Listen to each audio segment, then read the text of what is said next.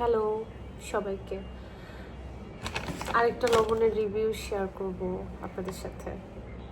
লবণটা নিলাম, একটু হাতে নিয়ে নিয়েছি।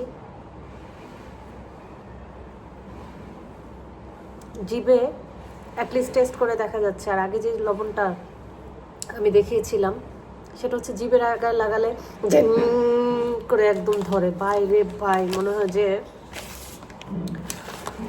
কারেন্টের শর্ট লাগছে, আর নয় চুন খাইছি এরকম কিছু একটা।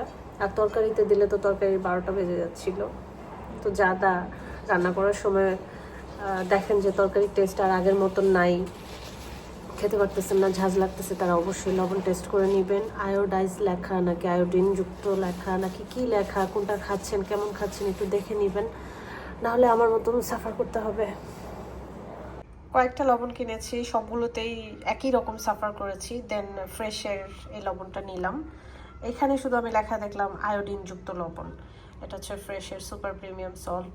এখনকার কোনো খাবারই দুধে দেওয়া তুলসী পাতা না, সো খাবারে অনেক বেশি এক্সপেকটেশন না রাখাই ভালো। শুধু একটু বেছে বেছে খেয়ে দেখতে হবে যে কোনটা ভালো কোনটা খারাপ। তো আমি যেহেতু কয়েকটা লবণে অনেক বেশি সাফার করেছি, আর নাম না নেই, তো সাফার করার পরে আমি এই লবণটা আসলে আনলাম, এনে টেস্ট করে দেখলাম।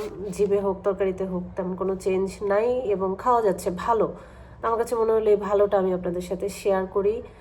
আর আশা করি আপনাদের কারো উপকার হবে, ভালো লাগবে। ভালো লাগলে অবশ্যই কমেন্টস করবেন, জানাবেন। আল্লাহ হাফেজ।